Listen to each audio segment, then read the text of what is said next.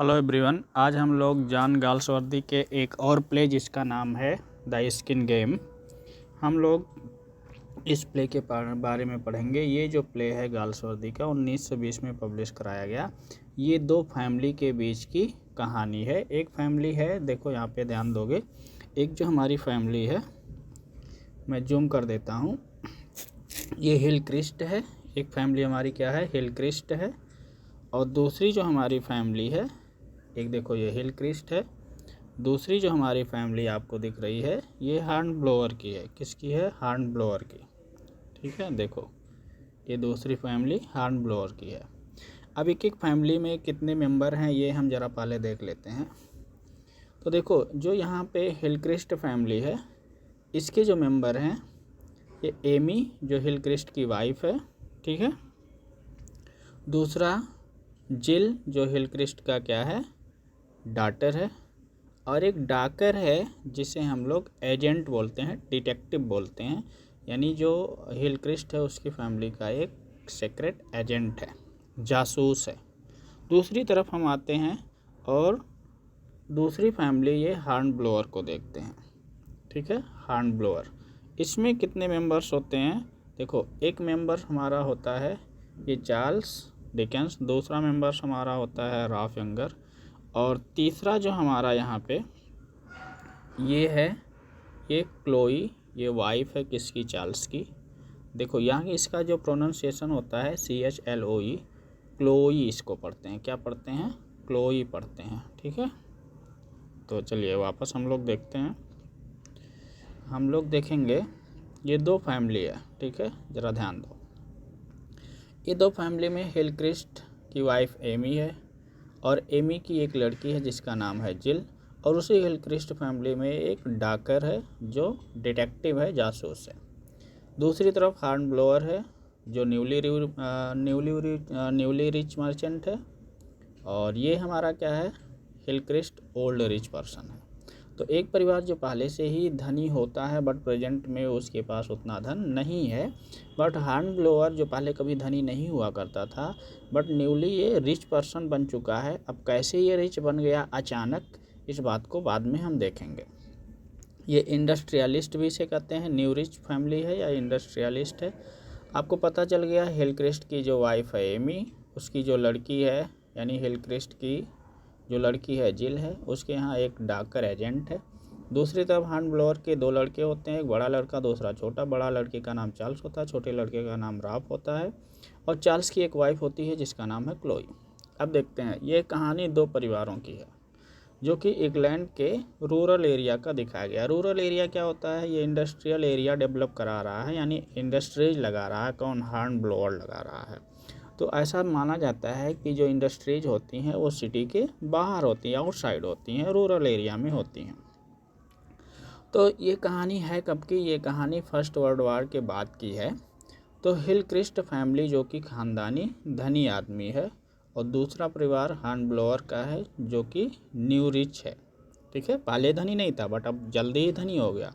उसने इंडस्ट्रियलिस्ट, उस यानी उस व्यक्ति को हम हार्न ब्लोअर को इंडस्ट्रियलिस्ट भी कहते हैं। इन दोनों परिवारों के सदस्यों को ऊपर के चार्ट में दिखाया गया है जैसा कि हमने आपको दिखा दिया है, ठीक है। दोनों फैमिली में क्या है, देखो एक फैमिली हमारी ये है, देखो ये, ठीक है, और दूसरी फैमिली हमारी ये है, ठीक। आपको दिख गया होगा इन दोनों फैमिली में कितने मेंबर हैं, ठीक है। तो अब ये तो हमें इस जो हमारा प्ले है इसके कैरेक्टर्स दिखा दिए गए। अब कहानी की शुरुआत यहाँ से होती है जब हार्न ब्लोअर, ध्यान दो, जब हार्न ब्लोअर हिलक्रिस्ट की ज़मीन को ख़रीदना चाहता है। क्यों ख़रीदना चाहता है? देखो हिलक्रिस्ट के पास एक ज़मीन है, चूँकि वो पुराना धनी आदमी होता है इसलिए ख़रीदना चाहता है, क्योंकि हार्न ब्लोअर हिलक्रिस्ट की ज़मीन पे फैक्ट्रीज को लगवाना चाहता है। पर हिलक्रिस्ट अपनी ज़मीन को बेचना नहीं चाहता, किसी भी हाल में बेचना नहीं चाहता। लेकिन हार्न ब्लोअर तो उस ज़मीन पे अपना दिमाग लगा चुका है, ध्यान लगा चुका है, क्योंकि वो ज़मीन बहुत अच्छे मौके पे है, वहाँ पे ढेर सारी फैक्ट्रीज को लगाएगा। अब हार्न ब्लोअर उसकी ज़मीन को नीलामी करवा देता है और उस नीलामी में उस ज़मीन को खुद खरीद लेता है, ठीक है। अब वहाँ पे फैक्ट्री लगा देता है, ये देखता है कि अब यहाँ पे फैक्ट्री लगा दी जाएंगी। अब दूसरी तरफ हिलक्रिस्ट सोचता है कि अचानक इतना धनी ये जो हॉर्न ब्लोअर है कैसे बन गया। मैं तो पहले का धनी आदमी था, बट प्रेजेंट में मेरे पास उतने पैसे नहीं हैं जितना धनी मैं पहले हुआ करता था। तो वो सोचता है कि ऐसा है हॉर्न ब्लोअर जो ज़बरदस्ती मेरी ज़मीन को क्या कर लिया है, अपना लिया है, ठीक है। तो हम इसकी कमज़ोरी को, उसकी फैमिली में कोई न कोई कमज़ोरी ज़रूर होगी, आखिर वो धनी ऐसे अचानक बन कैसे गया। तो वो क्या करता है, अब देखोगे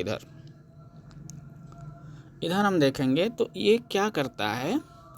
अब दूसरी तरफ हिलक्रिस्ट जो है सोचता कि अचानक इतना धनी कैसे बन गया, अर्थात कहीं ना कहीं इस फैमिली की कमज़ोरी ज़रूर होगी। किस फैमिली की कमज़ोरी, हॉर्न ब्लोअर की।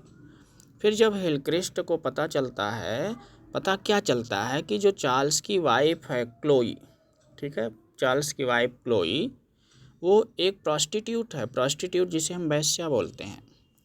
अब वो हिलक्रिस्ट सीधे चला जाता है किसके पास, हॉर्न ब्लोअर के पास चला जाता है और कहता है देखो तुम्हारे घर के सदस्य का मैं एक सदस्य है जिसका मैं सीक्रेट जानता हूँ और मैं उस सीक्रेट को पब्लिक में बताने वाला हूँ, ठीक है। अब देखो होता क्या है, जब ये कहता है कि उस सीक्रेट को मैं पब्लिक में बताने वाला हूँ, कौन कहता है, हिलक्रिस्ट कहता है। किससे कहता है, हॉर्न ब्लोअर से। तो हॉर्न ब्लोअर जो है वो बहुत ज़्यादा परेशान हो जाता है, दुखी हो जाता है, कहता है देखो समाज में मेरी एक शान शौकत बन रही है क्योंकि मैं धनी बन गया हूँ, लेकिन अब मैं धनी कैसे बन गया हूँ, इसके पीछे किसका हाथ है, ये समाज मुझे नहीं जान रहा। लेकिन अगर ये समाज में मेरी इस सीक्रेसी को बता दिया तो मेरी बेइज्जती होगी।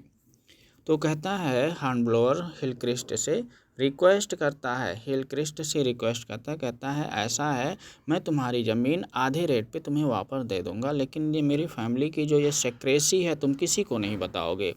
यहाँ पे हिलक्रिस्ट एक्सेप्ट कर लेता, कहता है ठीक है मैं नहीं बताऊंगा। लेकिन उसकी फैमिली में ये बातें कहीं न कहीं होने लगती हैं। किसकी फैमिली में, हॉर्न ब्लोअर के। अब हॉर्न ब्लोअर की फैमिली कहीं न कहीं थोड़ा सा अपसेट होने लगती है।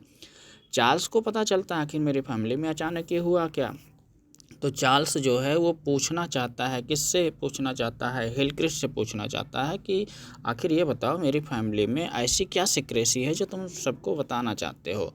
तो चार्ल्स नहीं बताता। उसी बीच में क्या होता है, जो उसकी वाइफ होती है चार्ल्स की, जिसका नाम क्या होता है, क्लोई, ठीक है, वो चली जाती है किसके घर पे चली जाती है, हिलक्रिस्ट के घर पे चली जाती है और ये कहने के लिए चली जाती है कि ऐसा है जो ये सेक्रेसी है जो आप जान रहे हो कि मैं एक प्रॉस्टिट्यूट हूँ, वो किसी को मत बताना, विशेष तौर पे चार्ल्स को मत बताना। अदरवाइज जिस दिन चार्ल्स जान पाएगा तो मेरा बना हुआ घर उजड़ जाएगा। अब उसी दिन क्या होता है, उस समय वो क्लोई गई हुई है हिलक्रिस्ट से बात करने। चार्ल्स भी पहुंचता है किसके पास, हिलक्रिस्ट के। जैसे वो क्लोई देखती है हिलक्रिस्ट को, पर्दे के पीछे जाके छुप जाती है। अब चार्ल्स किसको फोर्स करता है, हिलक्रिस्ट को फोर्स करता है कि वो क्या सीक्रेसी है मुझे बताओ। तो चार्ल्स नहीं बताता, एक झूठी कहानी सुनाता है। चार्ल्स समझ जाता है बात को, तो कहता है ठीक है अब मैं अपनी पत्नी जिसका नाम है क्लोई, मैं उसको अब डाइवर्स दे दूंगा, उसको मैं अपने घर से निकाल दूंगा, उसको मैं नहीं रखूंगा। जैसे ये बात सुनती है, कौन सुनती है, उसकी पत्नी। किसकी पत्नी, चार्ल्स की, चूँकि वो पर्दे के पीछे छिपी हुई है। तैसे वो आत्महत्या करने के लिए घर से बाहर निकलती है और हिलक्रिस्ट के घर के बाहर एक तालाब होता है, उसमें वो कूद जाती है। जब वो कूद जाती है तो और लोग दौड़ते हैं उसको बचाने के लिए और फिर किसी तरह से उसको बचा लिया जाता है। किसको बचा लिया जाता है, क्लोई को। इस तरह से अब ये जो चार्ल्स है वो एग्री हो जाता है कि ठीक है भाई कोई बात नहीं, ये मेरे परिवार में रह सकती है, मेरे साथ रह सकती है। तो इसमें गाल्सवर्दी ने क्या दिखाया है, इस कहानी के थ्रू गाल्सवर्दी बताना चाहते हैं कि किस तरह से लोग अपने आप को ऊंचा उठाने के चक्कर में दूसरों को किसी भी हद तक नीचा दिखाने की कोशिश करते हैं।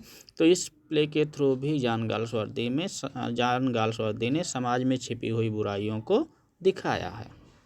Thank you.